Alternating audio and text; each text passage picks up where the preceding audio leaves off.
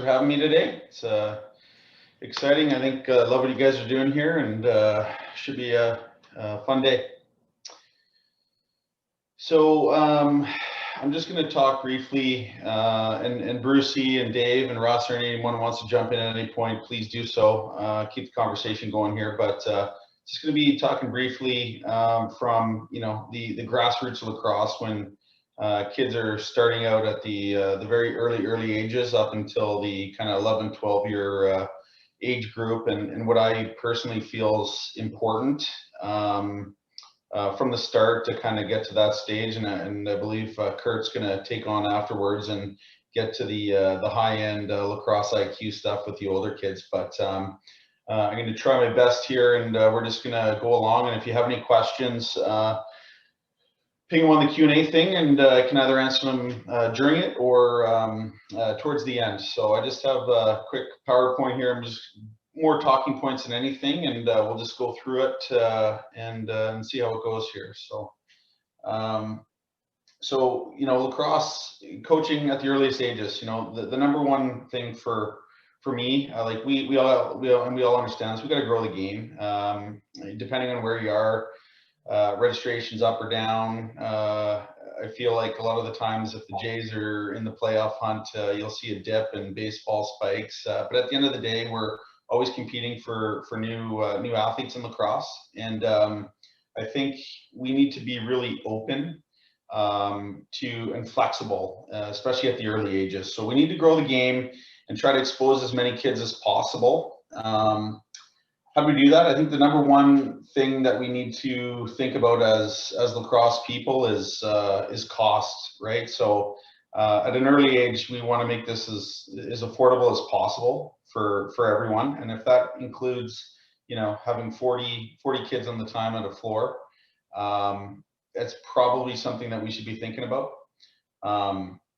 But we just have to be flexible. In a lot of places in Canada, hockey's the number one thing. People are always looking for an alternative, and lacrosse can be a great alternative in the summer.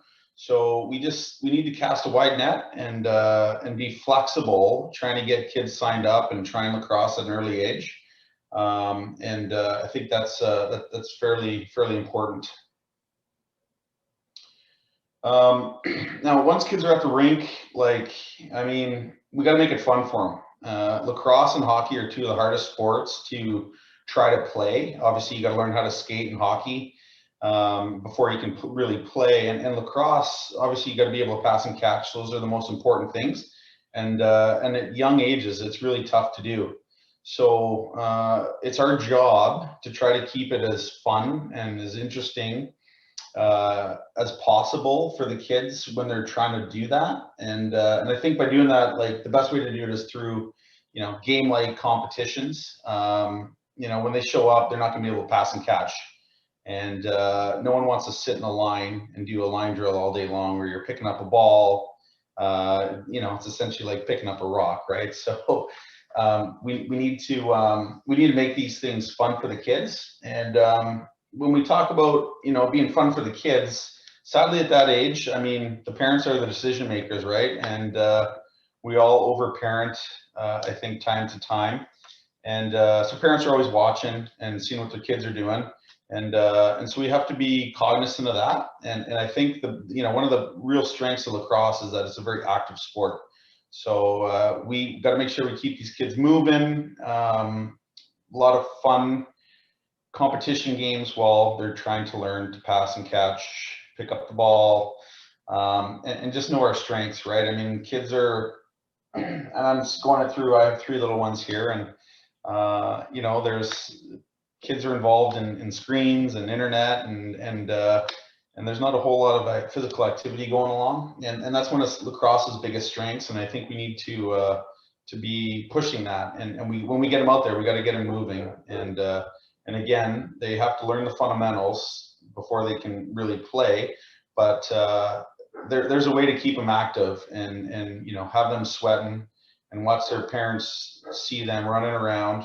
So at the end of it, they come out, they're tired, thirsty, they're sweating, and we know we've done our job. I think it's a big thing because one of the main competitions, in my opinion, is baseball, and we know kind of what that game's all about. And so I always try to sell it as the anti-baseball, where these kids are moving all the time.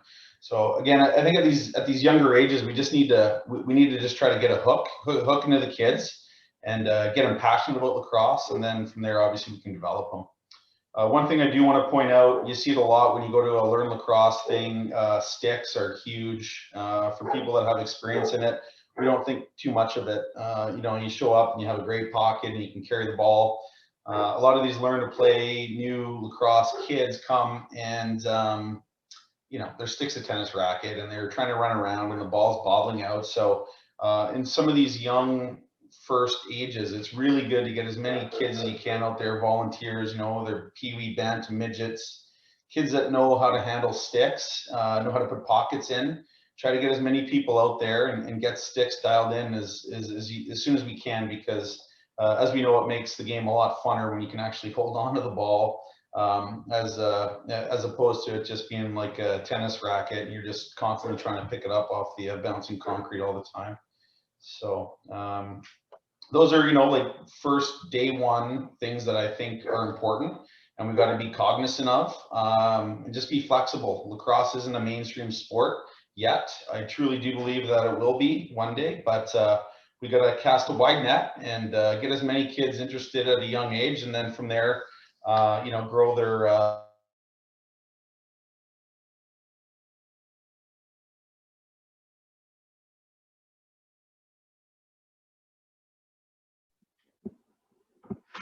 It looks like Blaine's having a bit of an internet issue. We'll give him a second. Hopefully he can log back in here.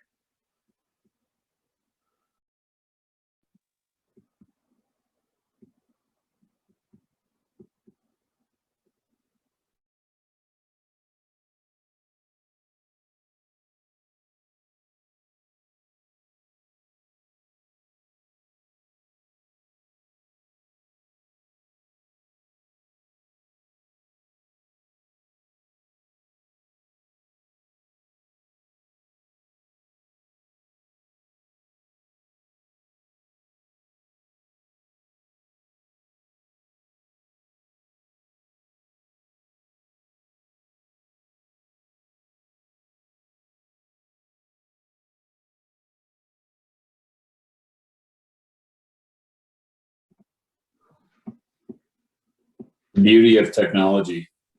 Looks like Blaine's just coming back on here. Really like his point already on just keeping kids active. Just while he gets relogged in here, we ran some sessions yesterday in our community here, some triad sessions for new kids, and the first thing I had parents stating when they're leaving the floor is how active the kids were for the 40-minute session. You know, these are 6, 7, 8-year-old kids who a lot of these sessions become tryouts for an hour. We have about a 40-minute tryout session to try to just keep them moving and active for the whole 40 minutes. And it becomes more of a quality versus quantity time frame. Looks like he's having a bit of problems here, Bruce. Yeah. Hopefully he can get back in here. So, I think we could probably, oh, there he goes. Hey, sorry guys, I'm not sure what's going on here. I've got to pay my internet bill here apparently. Keep getting dropped here, so sorry about this. No problem. I'll share the screen again for you, Blaine. Sorry. Right on. So yeah, so just to, you know, to get going here again and just kind of doing a progression from first getting kids that have no experience with lacrosse signed in, excited, and get them going. Obviously, we gotta have the fundamentals down for lacrosse to be enjoyable. So with that being said, you know, we gotta first learn how to pick up the ball. Then, you know, we're moving in a progression of, you know, cradling, protecting the ball, into throwing the ball into a net, into an empty net, and then eventually into passing and catching.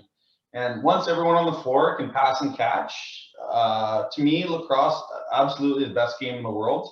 Obviously, I'm biased, but when everyone's at that level and can do that, it's just such an amazing game. So we got to get there as soon as possible. And it's funny, you know, so when I was coaching my little guy first year at Tyke, after a couple of practices, we're literally learning how to pick up the ball and throw it.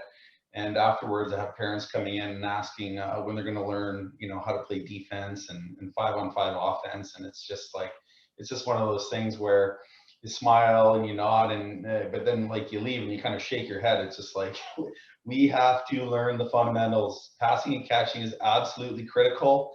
You can't play without doing it. And I tell my kids all the time, obviously, if you can't catch, you can't play. So those are the things that we obviously got to hammer down on.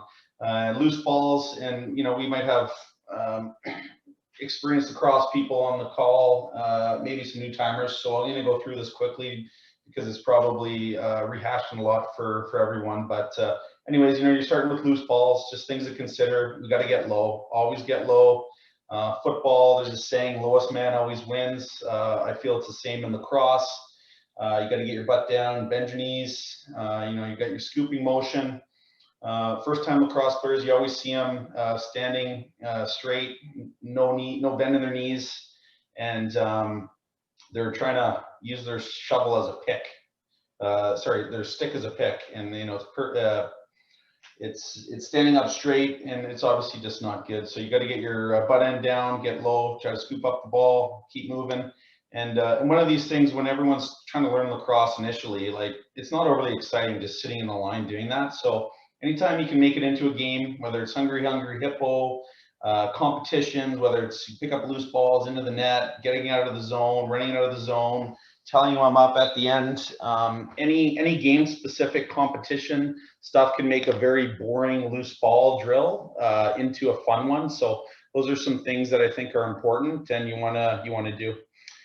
Moving on into the passing and catching, I guess, or shooting. Also, again, some of these things are what we all know. You got the push-pull motion, and hand spacing is a big thing. You always see some kids have their top hand right at the top of the neck of the stick, or some other hands right together at the bottom. Just explaining how that top hand can be freely moving up and down the sticks, real important. You obviously got your follow through. Big thing for me with young kids is they always seem to think that the harder you can throw the ball out of the rink, that's a good thing versus accuracy. So those are things obviously you're going to always want to have dialogue on. And the passing, as we know, people shoot the ball as young kids when they're trying to pass to a teammate, and it's just like it's a laser beam. And so just explaining the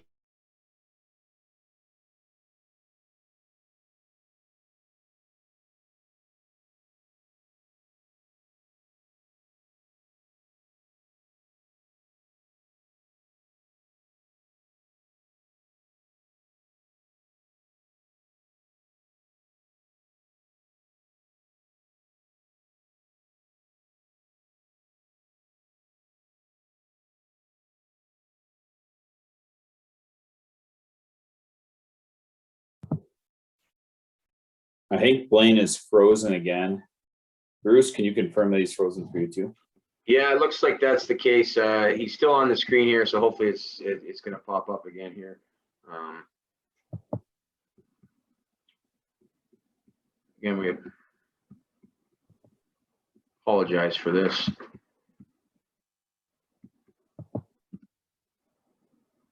I think it's so we're waiting for him to relog in. I think it's a really good point that he was talking about with the Blaine's back in. And we're down again. You don't have to. All right, guys, I'm not sure what's going on here. Blaine, maybe for now I'll stop the screen share and maybe you can just kind of carry. Yeah, right on. Perfect. Yeah, so I just go through here. So, you know, once you get the passing and catching done, then, you know, we're talking about like really starting to be able to play the game and really enjoy it. So once the fundamentals are kind of complete, me personally, I believe in like the kind of the new Hockey Canada model where like small area is amazing. So with my tykes and novices, very rarely do I do a lot of stuff full floor. So the smaller spaces I think are real good for kids learning in lacrosse. Just if you think about it, it's just so much easier to get more decisions and more touches in a rapid period of time if you're in a smaller space. We all know in lacrosse, sometimes the bigger, faster kids can dominate a game just by being, again, faster or stronger than everybody else, and they just pick up a loose ball and they can run down the floor. I don't think it's overly conducive to kids learning or enjoying the game. So anytime we can shrink the space of the floor, the kids just get many more decisions and opportunities to be a part of the play. And I think that's real important as they're young. Just keeps them engaged all the time. Full floor, kid picks up the ball, goes for a long run, guys chase him for a little bit, then are bored, and then you come back. It's just the small space, I think, is real key. And again, I think you can get more kids playing at an earlier age. And I think it's something that I know the OLA is starting to do, and I think we all should really take a look at it, because I think it's going to be key moving forward. Big proponent of small spaces for when they're young. And then moving on, once the fundamentals are down, as the kids are getting older, and everyone's going to be different, right? So different regions, rep, post league, doesn't really matter. But like once everyone can pass and catch, how do they get better? And before you're moving on to team offense, team defense, and stuff, one thing I do want to touch on is how kids really, in my opinion, get better.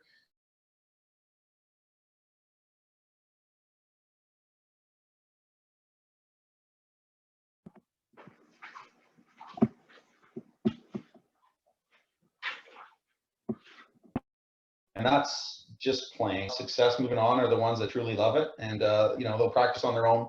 They'll have their buddies over in their backyards playing pass, whether it's mini stick tournaments in the backyard, want to go throw the ball against the wall.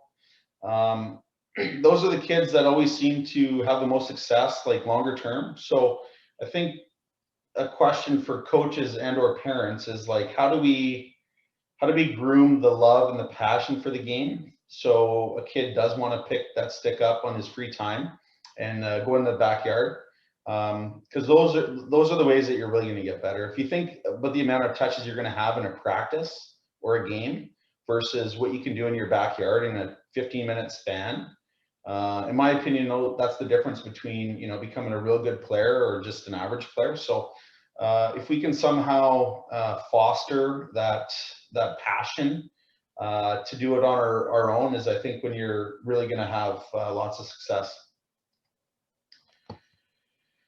And so moving on a little bit, as we get a little bit older here and fundamentals are locked down, how do we continue having them get better all the time?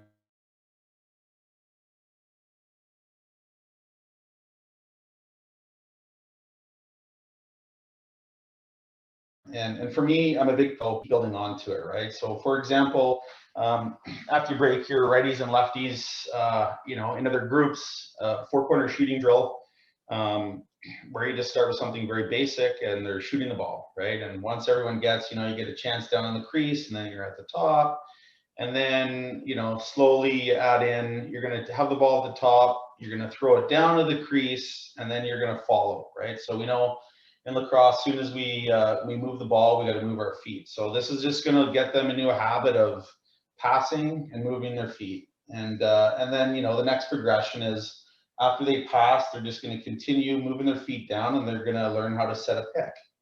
And so these are all just like, it's a drill that you're going to do every day, but they're going to continue to add and learn things. So then once they learn how to pick, they're going to pass down, go set a pick. And we're going to learn to come around, take a shot, get a good angle, etc., etc. Then what's the next progression? And so then it's like, well, we're going to learn the pick and the roll. So then we're going to move the ball, we're heading down, setting a pick, letting the guy come off the pick, kicker's going to roll inside, try to get open, right? And so now we're learning not only the pick, we're learning the pick and roll. The next progression, as we keep doing this week to week, it's the pick down, we're going to set a pick, pass the ball down, set a pick, we're going to come up, we're going to skip the ball across the floor, and then both guys are going to go to the net, and we're going to have a guy make a pass. And so this is just a progression every week or every other week as they keep getting it. We're just adding more fundamentals to it without the kids ever really realizing that they're actually learning how to play lacrosse through a simple shooting drill. But we just keep adding to it and building to it. And then the same thing goes for actual, practicing, say 2-on-1s, for example. Again, for me, everything's about progressions. We're going to start simple, 2-on-1, and we're going to do that all the time, and then we're going to build right into a 3-on-2 and then a 4-on-3 eventually. And again, this is all about progression. So once we're solid on that, we're going to add in defenders, and it's going to be transition the ball, 2-on-1. And we're going to eventually get to like a scenario where we could do what we call, we do with the Rock, it's a build back check drill, where, you start the ball at the top, say half court, and it's going to be a 2-on-1. And there's going to be one coach is in the corner with a bucket of balls. And we're going to send those 2 kids on the offense. There's going to be 1 defender, and they're going to go in a 2-on-1, and they're going to make a play. As soon as that happens, there's going to be a whistle, and we send a 3rd offensive guy, and there's going to be a coach who lobs a ball in, and they're going to play essentially quick reaction game of 3-on-2, and then we're going to add a defensive trailer, and we build we do this up to 5-on-5, and this is helping kids with decision making all the time, right? So we're going to have to process what's happening next, where the ball's coming from, who's open. And that's kind of the process behind it. It's going to help with passing lanes, both offensively and defensively. They're going to slowly learn by osmosis and practice where the ball needs to be, who's open, and defensively, those guys are going to learn the lanes that are successful in knocking down passes, picking off passes, right? So, but again, everything's just about progressions and building on to the small start of the drill, and we just keep adding things.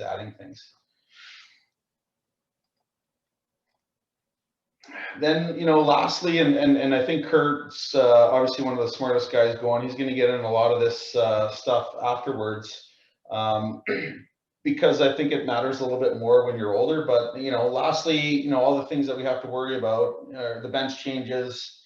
Is it best to change on offense versus defense? How do we want to change? What door are we going out of, front or back or both, like a hockey would? And one thing that always gets me is pressuring the ball at a young age, and I'm like really torn on it. So we look at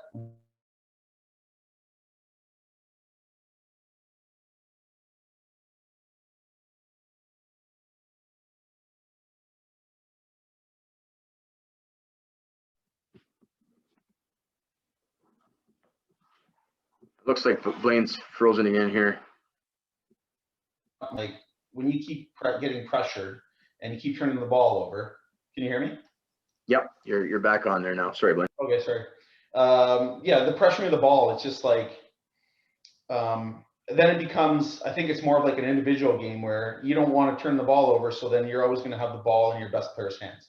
So there's this like give and take on whether you just get back in the house versus pressure the ball everywhere. And I feel like the teams that play to win at an early age might not be the best in everyone's interest, but they seem to be pressuring the ball. So this is something that you have to think about and how you want to balance, right? You try to get everybody active on your team, but when people are pressuring the ball and you keep turning it over, then all of a sudden you're going to want to give it to one of your better players, and they got to run it out, and then it becomes like, instead of a team game, it's a 2-player versus 2-player, who's the better player type of scenario in minor lacrosse, and that's not conducive to keeping kids involved in the game. So it's just something that you need to be aware of. And yeah, just to the last point, it's the same thing. It's we have to be mindful of the winning versus developing / love for the game with young kids. And when they're young, that's when we're responsible as coaches and parents to find the right balance. Obviously, everyone's competitive and wants to win. At the same time, we got to be mindful of what's best for kids' development, in my opinion. Well, Blaine, that's been great. Maybe what we'll do now is we'll open it up to some questions from the panel. Maybe to maybe get some dialogue going on that. Obviously, being around you and being around your son, he's certainly a young guy that's got a lot of creativity at a young age. And I guess from my standpoint is, how much do you encourage some of those things? Like, at his age, what's Jake now? 9? Yeah, he's gonna be turning 9 soon. Yeah. Yeah, and like he can throw a backhand as good as most people probably 14, 15 years old. So I guess maybe talk a little bit about encouraging some of that creativity and how you would incorporate that as well. Yeah, I mean, like, so I think he's been fortunate, right? So he's been able to be around rock players and like see what it's all about. But like, I never push it. Like, I don't. It's funny. I'm actually more like try to rein him in and get him involved in other things than just playing lacrosse, because he's just one of those kids that really enjoys it and has a passion for it. So he always wants to play. So like, we'll have conversations where like I literally kick him out of the backyard. Like, listen, go play basketball, go shoot hoops, like go do something else. You don't need to be doing this. But like he's been fortunate. He's been able to be exposed to it and take a liking to it. And so like for us now, it's getting all his little hockey teammates and his lacrosse teammates as passionate about it, because like once his friends love it as much as he does, then all of a sudden they're just playing in the backyard mini sticks all day long. I'm sure it's very similar to guys that grew up in Orangeville or in Coquitlam, and before you know it, you're just like you're playing all the time and you're getting better without even realizing it, because it's just fun, right? And I that's the biggest thing for me, is it's just got to be fun for the kids. And when it is, then they want to play it. And when you're playing and you're practicing, but you don't even realize that you're doing it, right? And that's kind of, I think, where he's at, and a lot of the good players are. I'm not saying that he's good. I'm just saying that the kids that want to do it on their own time do tend to be good players. Right. Now, maybe on that topic too, obviously when you grew up in Sherwood Park, I don't think lacrosse was a booming sport at that point. So, was that some of your, fondest memories, or, how did that, you get to the level that you did, coming out of an area that typically, wasn't a lacrosse hotbed at that point? Yeah, like 100%. So like, I mean, one thing I think, or U18, Alberta won the first time ever. They won the Canada, and I was just happened to be part of that age group. But it was like we just had a core group of kids that just loved it, and so you had like the Ray brothers and some of the guys that ended up playing the league. There's John Harrison and Ben Prepchuk and Darren Hillier, and these we all grew up together, and we just loved lacrosse. So we get together in each other's backyards, or we would put a lacrosse net on some skateboards and wheel it down to a baseball diamonds. The fencing, and we just hang out there and rip the balls and have fun and play little games, and we just really enjoyed it. And then we all ended up kind of going on and playing some university and having some success and lots of laughs on the way as well. Blaine, I just got a question for you. I think you had a really good point. We've talked about it a couple of weeks before about, process versus results, right? The process of developing basic skills versus worrying about, hey, when are we going to learn defense and be able to win this tournament? What's some advice you might have for coaches? Because there's a parent pressure. It doesn't matter if it's B or A at novice or peewee or lower. There's always that little bit of parent pressure. You could be in a B tournament in Sherwood Park or a tournament in Coquitlam at a peewee or a novice level, and there's always a pressure to from parents to win that. What advice would you have for coaches on setting parents' expectations up from the beginning so you can do what you know is right? Yeah, that's a big one for me. I mean, obviously, I'm as competitive as anybody, and when it comes to kids' sports, for whatever reason, I have more of an innocence, less competitive vibe to me. And you're right. So, and where it comes from, I mean, there's some parents, and I don't want to, I'll speak generally, and I'm not trying to insult anyone, but in a lot of cases, the parents that are most competitive at young ages have never experienced like real competitive sports. And so in a lot of cases, they're trying to say live through their kids that's a little hard.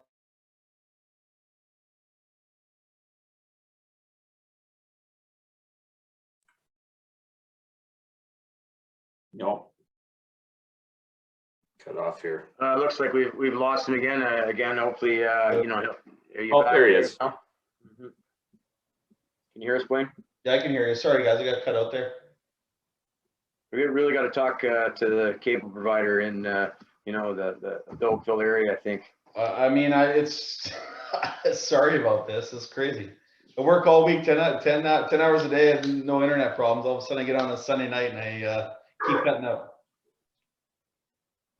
You kind of cut out halfway there, Blaine. You were talking about some of the parents that maybe are most competitive were the ones that didn't go through that competitive process when they were young. And yeah, so I'm fortunate because I have a little bit of a background to give me a little bit of rope on how I deal with the kids. But yeah, it's just what's right for the kids and it's not about winning, and it's not about, and I have a hard time balancing the two, because like I say, I want to win, but I don't feel, especially when they're young, 7, 8, 9, that what's best for the kids is letting one kid be a superstar and hog the ball and play him all the time. It's just like that doesn't engage everybody else. So I've never had to have like a real hard conversation with a parent yet. I'm sure that's going to come, but yeah, like we just got to have big picture here, in my opinion. One of the things you talked about right off the bat too was growing the game, and just from obviously spending a lot of time around you, I know that at certain age groups that you've coached, you've scrambled to get enough kids to put a team together. Maybe talk about some of the things that you've done to recruit kids. I know you talked about Jake getting his hockey buddies and things like that involved, but maybe share some of the strategies that have maybe worked for you in recruiting kids into the game. Yeah, I mean, this is where I probably you have to be flexible. Like if a kid's not sure, obviously, like you want to just get them out, right? So there's a fine line, having them registered, et cetera, et cetera. But it's just more like we have to be flexible. There's people.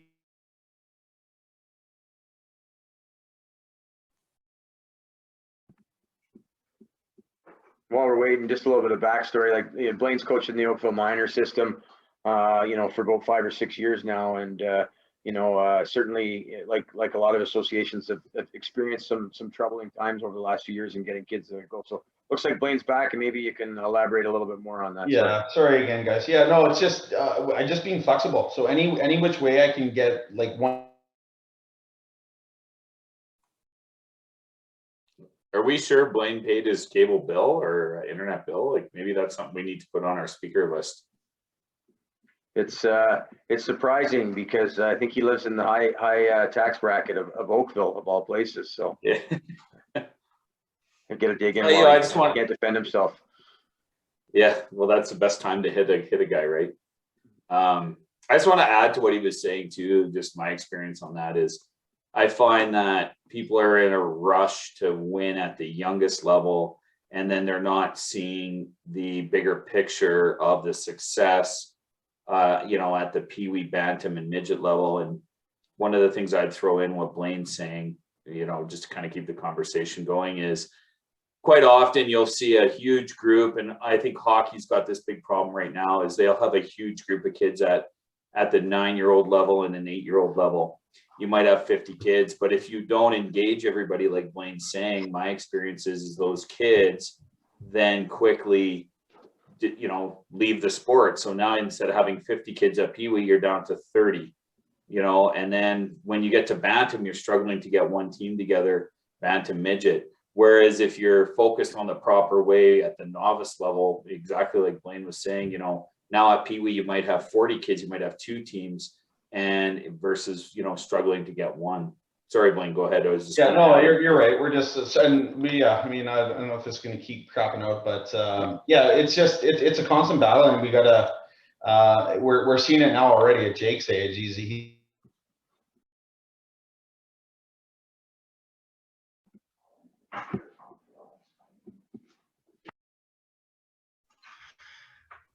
Okay, we got a question here, Bruce, in the Q&A. While Blaine's cutting out here, why don't we move on to the Q&A, and we can maybe answer it as a group, even if Blaine's still on. But Blaine, we have a question in the Q&A from Linda. Hi, what is the best way to deal with difficult parents?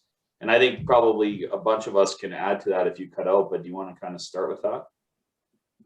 Yeah, cut out. Yeah, I mean, you got to be firm. You know, you're the coach, and if you have you got to be firm. Parents don't know. They have their kids' interest at the forefront, and not collectively as a group. And just be firm and be honest with them is what I would say. Perfect. Well, it looks like yeah, Blaine's cut out again here. You know, maybe what we'll do is you know, we'll maybe take a couple more questions. Russ and I will maybe do our best. You know, I think we'll just wrap it up. It's unfortunate that Blaine has had the issues, but I think that's you know, what we can do. And so if anybody has any questions, maybe kind of on the presentation as a whole, as of right now. But I think, you know, one of the things that, you know, I think Blaine was talking about is, you know, as a coach, you know, being firm.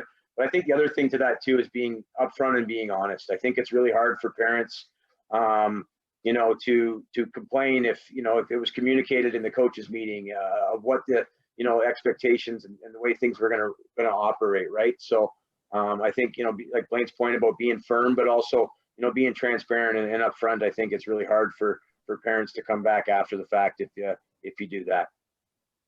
I also absolutely love small games, right? Like small space games, engage more kids, more ball touches. I find when I'm going into an area and I see people trying to run a 5-on-5 tight game, often with first year tykes even, or mini tykes, you know, the ball is on the ground all the time. Maybe players are touching it. If you actually stood on the sideline with a stopwatch, picked a kid, and kept track of how much they touched the ball, you'd be shocked that in 5-on-5 how little it is. Whereas Blaine's comments on small games and more kids touching the ball, like, you know, you're going to increase that dramatically. 3-on-3, side to side, you know, that's all we play in development areas, and every area I've ever been to is, you know, it's funny, we talk about, there were some really good players in the Grizzlies program in the Arctic Circle where we played 3-on-3 in a gymnasium all year round, right?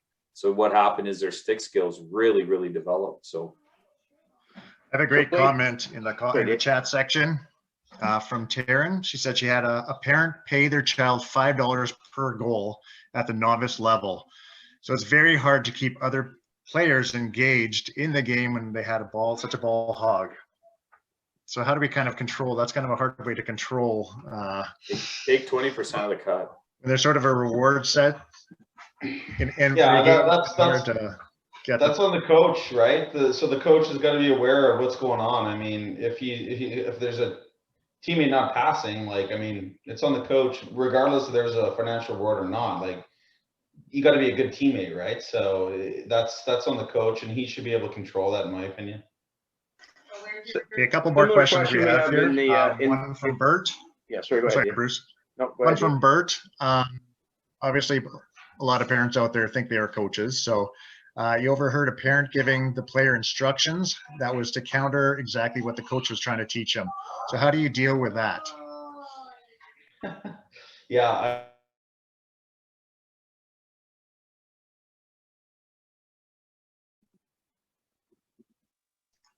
A great time to cut it out.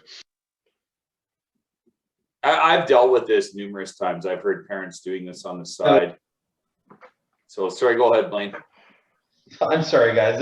Yeah, I might want to wrap this up on my end. Kurt, I'm hoping Kurt has a better connection than I do. But yeah, no, I haven't run into that yet. But like the coach is the coach, right? So that's where parents, I mean, they have to understand, and it's to the coach's job to explain to the parent that you're the coach, and regardless of what they're saying, you know, the kid's expected to listen to the coach and be a part of the team.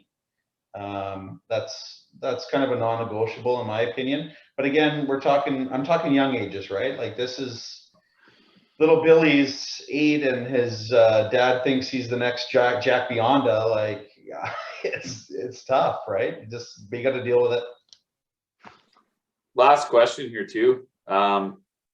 Good old Mr. Darcy Rhodes. How do you handle the 2 or 3 players that don't progress as quickly as the rest of the team when in drill situations? It looks like he's frozen again. Bruce, I'm going to throw that at you. Do you have any tips on that?